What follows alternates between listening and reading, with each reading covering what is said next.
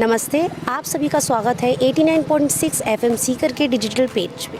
मैं प्रीति और आज हमारी कम्युनिकेशन विद्या की टीम आई है government Mahatma Gandhi government school Shri Madhopur. आइए जानते हैं क्या खासियत है इस स्कूल में।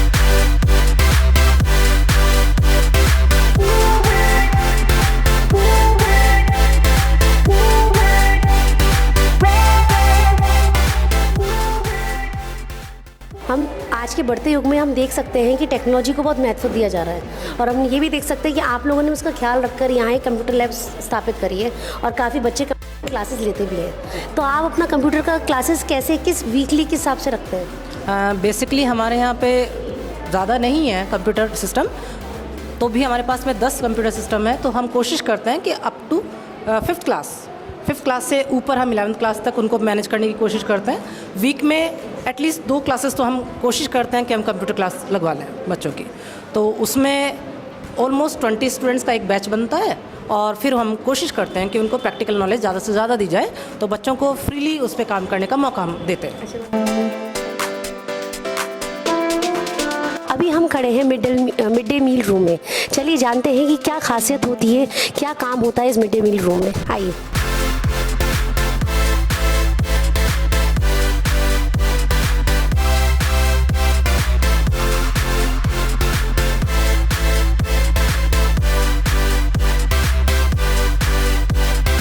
जी, तो आप ये इतना बड़ा स्कूल है, तो आपके यहाँ कितने बच्चे खाना खाते हैं?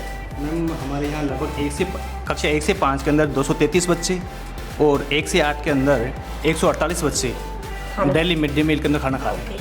तो ये किस तरह का मेन्यू खिलाते हैं आप लोग? मैम ये राज्य सरकार द्वारा निर्धारित है कि सोमवार को सब्जी रोटी, मंगल को दाल चावल, बुध को दाल रोटी, खिचड़ी, दाल रोटी और रोटी सब्जी, ये राज्य सरकार द्वारा फिक्स किया हुआ है। और इतने बच्चे हैं तो आप कैसे मैनेज करते हैं? कोई परेशानियाँ आती हैं आपको?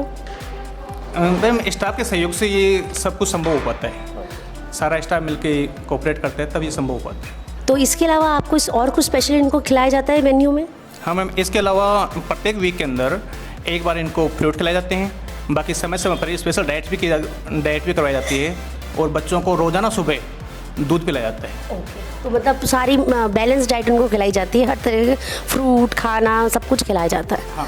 तो आप देख सकते हैं कि बच्चों की पूरी डाइट का ख्याल रखा जाता है, एक बैलेंस डाइट मेंटेन करते हैं, दूध से लेकर फ्रूट्स तक उनको खिलाया जाता है ताकि इनकी मानसिक और शारीरिक तंदुरुस्ती बनी रहे। यहाँ मैं देख रही हूँ गरम गरम रोटियाँ सीखे जा रही हैं और बनती जा रही हैं। तो जो सेक रहा है ज़रा उससे ही बात हो जाए। ज़रा आप पहले अपना नाम तो बताइए। मैना देवी। मैना जी, तो आप बताइए कि यहाँ तो हमने रोटी के बारे में जान लिया, मेन्यू के बारे में जान लिया, दूध के बारे में जान लिया, उसके अलावा ऐसी क्या खासियत है जो बच्चों को खिलाई जाती है? फ्रूट्स। और ये फ्रूट्स कब कब खिलाए जाते हैं? ये फ्रूट्स गुरुवार को खिलाए जाते हैं। अरे वाह, मतलब फ्रूट फाइबर भी दिया जाता है। तो मैं देखती हूँ बच्चों को तो सेहतमंद है, लेकिन साथ में आप इतनी गर्मी में काम करते हैं, आपको कैसा लगता है? मतलब इतनी गर्मी है, कोई परेशानी? नहीं, कोई दिक्कत नहीं है, मैं कोई दिक्कत नहीं है, अच्छा लगता है। मतलब बच्चों की खुशियों के लिए आप अपनी गर्मी में काम करते हैं। हमें घर जैसा लगता है। बिल्कुल, मतलब आप उन बच्चों को अपने बच्चों की तरह समझते हैं। आप घर में जैसे खाना बनाते हैं, वैसे आप यहाँ भी खाना बनाते हैं। बच्चे तो भगवान का रूप है, वो बच्चे हमारे ही बच्चे हैं। बस आपकी इन्हीं बातों से आज बच्चे जो हैं इतने सेहतमंद तरीके से पढ़ भी रहे हैं, खेल रहे हैं, आगे बढ़ भी रहे हैं।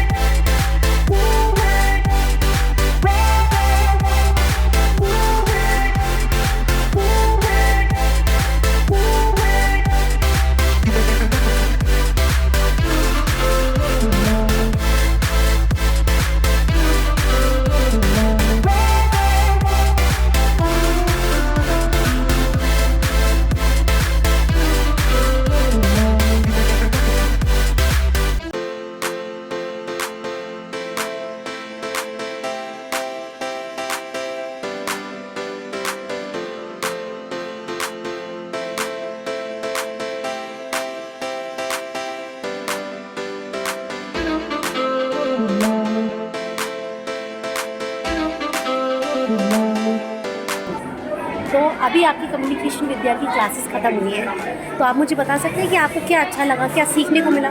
मुझे मैम जेस्चर्स के बारे में सीखने में अच्छा लगा, क्योंकि उससे हम पता लगा सकते हैं कि कौन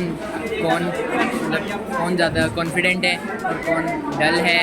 और मुझे सर का तरीका भी बहुत अच्छा लगा। Thank you. तो अभी हमारी आप लोगों की कम्युनिकेशन विद्या की क्लासेस ख़त्म हुई हैं, तो आपने कुछ सीखा होगा, तो आप ज़रा शेयर करिए। मैम, मेरे को सर के पढ़ाने का तरीका बहुत अच्छा लगा। उन्होंने विजुअल कम्युनिकेशन बहुत सारी चीज़ों के बारे में बताया। मेरे को सबसे ज़्यादा गेस्चर अच्छे लगे। सर ने बताया जैसे ये वाला गेस्चर कॉन्फिडेंस का होता है, वो सबसे ज़्यादा गेस्चर से अच्छा लगा। आपकी भी कम्युनिकेशन विद्या की क्लासेस अभी ख़त्म हुई हैं, आपने आरजे शान को सुना, तो आप मुझे बताइए आपको ऐसी कौन सी खासियत लगी इस बात में? मैम, सबसे पहले तो जो आज की क्लास थी वो मैम बहुत अच्छी थी। ऐसी क्लास मैम बहुत कम देखने को मिलती है। और सर ने जो विजुअल कम्युनिकेशन पढ़ाया वो बहुत ही अच्छा था। ऐसा टॉपिक कम ही सुनने को मिलता है। सर ने बहुत अच्छा पढ़ाया, कहना है। तो हम जानते हैं कि आपकी अभी कम्युनिकेशन विद्या की क्लासेस ख़त्म हुई हैं। It was an interesting class. तो आप बता सकते हैं आपने क्या नई चीज़ सीखी उसमें? और हमें सर के पढ़ाने का तरीका बहुत अच्छा लगा। सर को देख के हमें भी ऐसा हुआ कि हम भी कॉन्फिडेंट होके बोले। और सर ने जो हमें पोस्चर्स बताए वो हमें बहुत अच्छे लगे कि सर ने किस तरीके से बताया। और सर ने हमें गेम्स भी खिलाया, एक्टिविटीज़ भी कराई। तो गेम्स खेलना अच्छा लगा? हाँ। अच्छा, आपकी भी कम्युनिकेशन क्लासेस हुई थी, आपने भी कल ली। आज शान ने आपको बहुत सारी चीज़ें सिखाई, उसमें से ऐसी कोई पर्टिकुलर चीज़ है जो आपको अच्छी लगी है, क्लास के बारे में कुछ अच्छा लगा? सर के पढ़ाने का तरीका, फिर और जैसे पोस्चर और गेस्चर्स पढ़ाए वो, और जो एक्टिविटीज़ कराई उससे जो कॉन्फिडेंस बढ़ता है वो, और बहुत सारी चीज़ें हमें नई सीखने के लिए मिली। आप बताइए। मुझे सबसे अच्छा तो सर का जो मेथड था ना पढ़ाने का वो सबसे अच्छा लगा। और इसके साथ साथ उनके गेस्चर कैसे कैसे बताने चाहिए, कहाँ हमें कैसे गेस्चर यूज़ करनी चाहिए, कहाँ कैसे गेस्चर नहीं करने चाहिए। उसके साथ साथ उन्होंने हमें फ़न एक्टिविटीज़ भी करवाई और हमें बहुत सारी चीज़ें भी बताई कि कैसे रूड बिहेव हमें नहीं करना चाहिए। और ये भी बताया कि सेंटेंस में कब किस वर्ड पे स्ट्रेस लेने से आपका जो एक्सप्रेशन है वो पूरा गलत हो सकता है। जिस तरह से हमें जो स्ट्रेस भी है एक सही वर्ड पे लेनी चाहिए। तो इसका मतलब है आपने बहुत कुछ सीखा क्लास में? और हम enjoy the class. You enjoyed the class? Use it. This class was very wonderful and very expansible. तो मतलब इसका मतलब ये है कि अगली बार फिर से भी हुई। अगली बार हम चाहते हैं आप वापस से हमारी स्कूल आओ। ठीक है, मतलब अगली बार अभी बात करेंगे तो ये जेस्चर्स सारी जो पॉइंट्स आपको बताए गए वो आप यूज़ करेंगे। Yes, ma'am. Very good. अब हम बात करते हैं महात्मा गांधी गवर्नमेंट स्कूल श्री माधोपुर के प्रिंसिपल से। सर, क्या आपको नाम बता सकते हैं? जी मैडम, मेरा नाम रमाकांत शर्मा है। आप अपने प्लीज़ के बारे में थोड़ा बताइए। मैडम, मैंने 2020 में ज्वाइन किया था एज ए प्रिंसिपल और मैं इसका फाउंडर प्रिंसिपल हूँ। और हमारी स्कूल में जो उस समय क्लास 1 to 8 तक इंग्लिश मीडियम चला करता था। उसके बाद में ये धीरे धीरे प्रोन्नत होते हुए इस वर्ष ये 11th क्लास साइंस स्ट्रीम में, साइंस, बायो और मैथमेटिक्स में इंग्लिश मीडियम में चल रही है। तो हमारे पास जो है वो बहुत अच्छे संख्या में बच्चे हैं और पेरेंट्स का बहुत अधिक रुझान है। तो हमारे स्कूल को जो है पिछले बार जब स्टार्टिंग में हमारे यहाँ पे स्कूल में लगभग 1650 वेटिंग थी, फिर वो वेटिंग बाद में घटी और लगभग 800 बच्चे वेटिंग में हैं। फिर हमारे पास में लास्ट टाइम जो है हमारे पास लगभग 250 बच्चे वेटिंग में थे, क्योंकि सभी बच्चों का हो नहीं सकता था। तो एडमिशन जो वैकेंट सीट पे हुआ उसके बावजूद भी इतने फॉर्म हमारे पास आ रहे हैं कि अभी 250 की वेटिंग हमारे पास चल रही है। मैं यहाँ देख सकती हूँ काफ़ी बच्चों में ट्रॉफीज़ है और काफ़ी अलग अलग प्राइजेस हैं। तो आप कुछ बताना चाहेंगे कि आपके स्कूल में पढ़ाई के अलावा और कौन सी ऐसी एक्टिविटीज़ होती हैं? हमारे यहाँ मैडम पढ़ाई के अलावा जो है वो हम गेम्स पे ध्यान देते हैं। विशेष रूप से हमने चेस में और स्केटिंग में, योगा ओलंपियाड में, और जो है हमारे जूडो, कुश्ती और दूसरे कई गेम्स हैं जो गवर्नमेंट ने हमें इंट्रोड्यूस किए हैं, उन सब में हमने पार्टिसिपेट किया है। मेरा एक स्टूडेंट है, ये जज सैनी, ये इधर आओ। और ये बच्चा जो है ये नेशनल स्केटिंग में अभी नेशनल में खेल रहा है। ये क्लास 3rd का स्टूडेंट है, 4th का, अभी ये क्लास 4th में पढ़ रहा है और ओपन टूर्नामेंट्स भी ये खेलता है। इसके अलावा हमारे यहाँ स्टेट में चेस में बच्चे गए हैं, स्टेट में योगा में बच्चे गए हैं, स्टेट में जूडो कुश्ती में बच्चे गए हैं। हमारे यहाँ जूडो और कुश्ती अलग अलग है। और हमारे यहाँ पे जो है और दूसरे जो गेम्स हैं उनमें गए हैं। हमारे यहाँ से ये जो बच्चे ट्रॉफियाँ जीत के लाए हैं, ये स्टेट लेवल की ट्रॉफी है सारी, हमारे यहाँ भरी हुई है। और बच्चे जो हैं वो अच्छा काम कर रहे हैं इस समय। इसके अलावा हमारे यहाँ बच्चों ने विद्यार्थी विज्ञान मंथन की एक एग्ज़ाम होती है, जो हम कंपटीशन एग्ज़ाम जो ओपन कंपटीशन होते हैं उनमें भी हमने बच्चों को पार्टिसिपेट करवाया है। हमारे यहाँ पे पिछली बार 20 बच्चे थे, वो VVM में सेलेक्ट हुए थे, और इस बार जो है वो हमारे पास 6 बच्चे हैं वो VVM में सेलेक्ट हुए हैं। इसके अलावा हम इंस्पायर अवार्ड में जो है साइंस के लिए इंस्पायर अवार्ड में भी हमारे बच्चों ने जो है वो पुरस्कार जीते हैं। पिछली बार 2 बच्चे थे और इस बार हमारे पास एक बच्चा जो है वो इंस्पायर अवार्ड में जीत के लाया है और उसको 10,000 रुपीज़ जो है वो मिले हैं। इसके अलावा हमारे यहाँ पे हम और दूसरे कॉम्पिटिशन्स करवाते हैं। इन हाउस कॉम्पिटिशन्स भी हैं हमारे यहाँ, जैसे ड्राइंग कॉम्पिटिशन है, सिंगिंग, डांसिंग और दूसरे कंपटीशन भी हम करवाते रहते हैं। तो उससे हमने इवन हमारे बच्चों का उत्साह देखते हुए हमने कुकिंग कंपटीशन भी एक बार बच्चों के बीच में करवाया। तो बच्चे जो हैं वो हर एक्टिविटी में बहुत बढ़ चढ़ के भाग लेते हैं। और नो बैक डे एक्टिविटी के दिन हम अक्सर इस प्रकार की एक्टिविटीज़ बच्चों से करवाया करते हैं। तो आप उनकी पूरी सारी क्षमता को इस्तेमाल कर रहे हैं, उनको अलग अलग स्किल सिखा रहे हैं ताकि वो किसी न किसी फील्ड में आगे बढ़े। जी मैडम। अच्छा, अब ये मैं जानना चाहती हूँ कि जैसे कम्युनिकेशन है, कम्युनिकेशन संचार एक बहुत इंपॉर्टेंट चीज़ है, तो क्या आपके हिसाब से वो करिकुलम में ऐड होना चाहिए, उसका एडिशन होना चाहिए कि सिखाया जाना चाहिए स्कूलों में? हाँ, मेरे हिसाब से अगर कम्युनिकेशन स्किल जो है वो वैसे अभी जो करिकुलम है हमारे उसमें करिकुलम में कम्युनिकेशन स्किल को प्लेस दिया गया है और हम उसी के जो है अकॉर्डिंग काम करवा रहे हैं हमारे बच्चों से। विशेष रूप से जो नो बैक डे एक्टिविटी होती है जिसमें हम काम करवाते हैं। इसके अलावा हमारे मॉर्निंग असेंबली में भी हम बच्चों को एक टॉपिक देते हैं।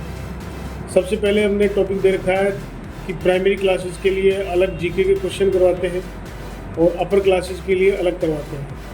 इसके अलावा हम बच्चों को 5 मिनट का मौका देते हैं जिसमें वो बोलने का उनको टाइम दिया जाता है। वो पहले दिन हम एक टॉपिक उनको मुकर्रर कर देते हैं और उसके बाद में वो उसको अपनी तरफ से उसको पढ़ के और बढ़िया तरीके से बोलते हैं। वो बिना किसी ऐड के जो है वो खड़े होकर के मतलब हमारी मॉर्निंग असेंबली में बोलते हैं।